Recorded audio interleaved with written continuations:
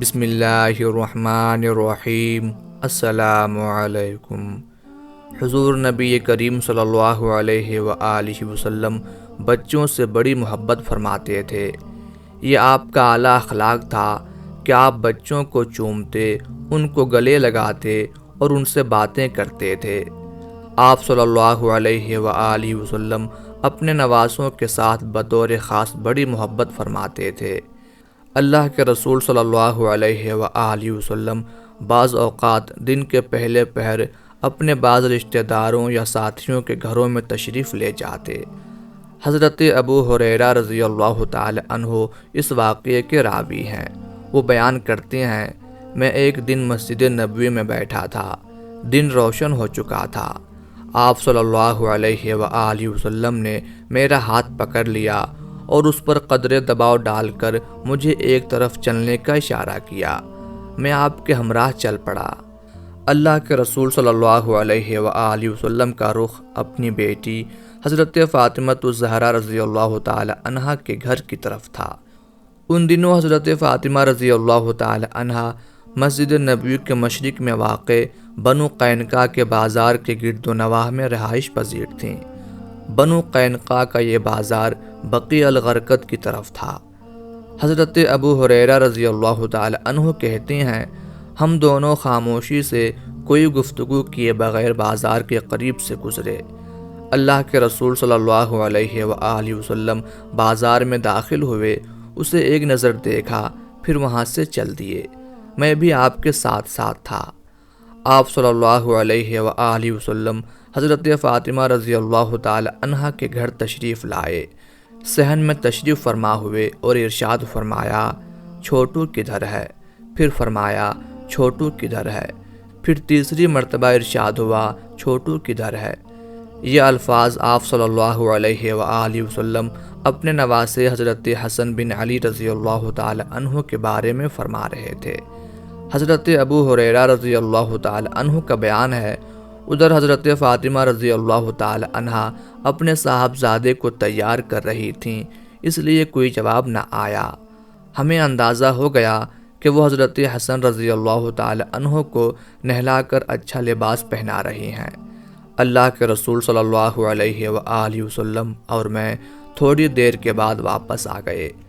جب ہم مسجد میں آئے تو اللہ کے رسول صلی اللہ علیہ وآلہ وسلم مسجد میں تشریف فرما ہونے کے بعد پھر فرمانے لگے، چھوٹو کدھر ہے؟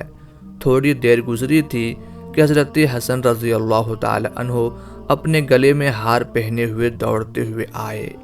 اللہ کے رسول صلی اللہ علیہ وآلہ وسلم نے پیارے نواسے کو دیکھا تو اپنے بازوؤں کو کھولتے ہوئے ان کا استقبال فرمایا۔ ادھر حضرت حسن نے بھی اپنے بازو پھیلا دیے اور کہا، ایسے۔ پھر وہ اللہ کے رسول صلی اللہ علیہ وآلہ وسلم کی گود میں کود گئے۔ آپ صلی اللہ علیہ وآلہ وسلم نے حضرت حسن کو چوما، انہیں اپنے سینے سے لگایا۔ ادھر حضرت حسن اپنے ننھے منھے ہاتھوں سے داڑھی مبارک سے کھیلنے لگے۔ اللہ کے رسول صلی اللہ علیہ وآلہ وسلم نے حسن کو چومنا شروع کر دیا۔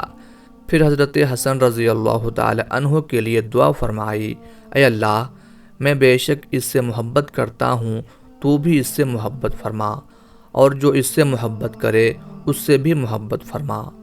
حضرت ابو ہریرہ رضی اللہ تعالی عنہ کہتے ہیں، اللہ کے رسول صلی اللہ علیہ وآلہ وسلم نے یہ دعا 3 مرتبہ فرمائی۔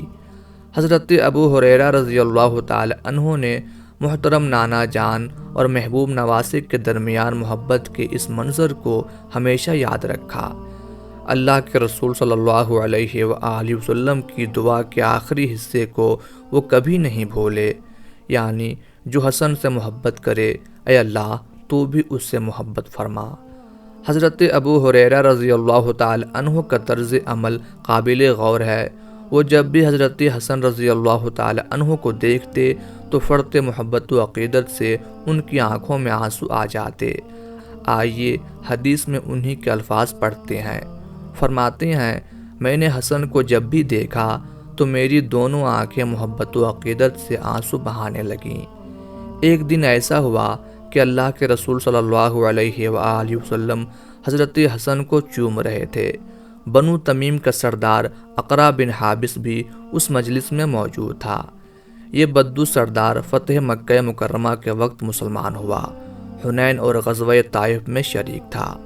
اسے بھی اللہ کے رسول صلی اللہ علیہ وآلہ وسلم نے غزوہ حنین کے مال غنیمت میں سے 100 اونٹ عطا فرمائے تھے، اس لیے اسے مؤلفۃ القلوب میں شامل کیا گیا۔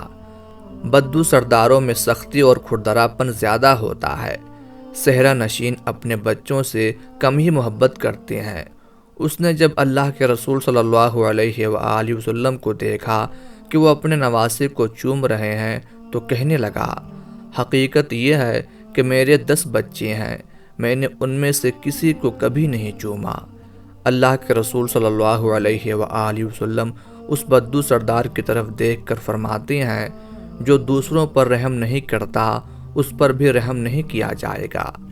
اللہ کے رسول صلی اللہ علیہ وآلہ وسلم کا اپنے نواسوں کے ساتھ اعلیٰ اخلاق کا ایک اور نمونہ ہمیں اس وقت نظر آتا ہے جب آپ مسجد نبوی میں خطبہ دے رہے تھے۔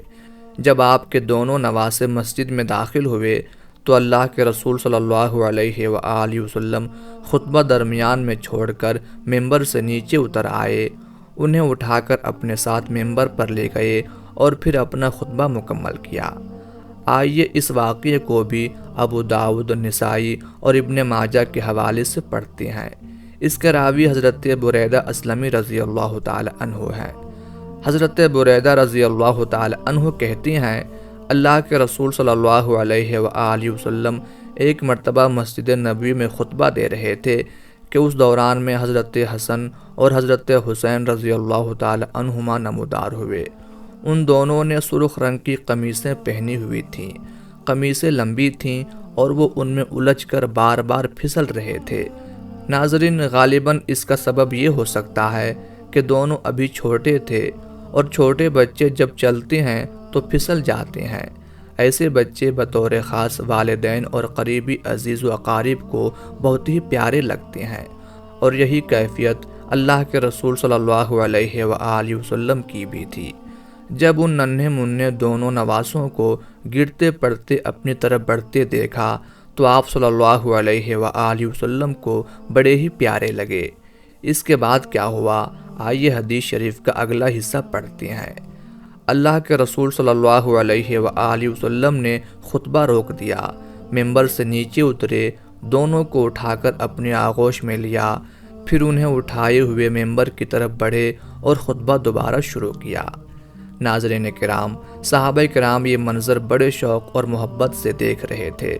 اللہ کے رسول صلی اللہ علیہ وآلہ وسلم نے ارشاد فرمایا، اللہ تعالیٰ نے سچ فرمایا، انما اموالکم و اولادکم فتنہ، بلا شبہ تمہارے اموال اور تمہاری اولادیں آزمائش ہیں۔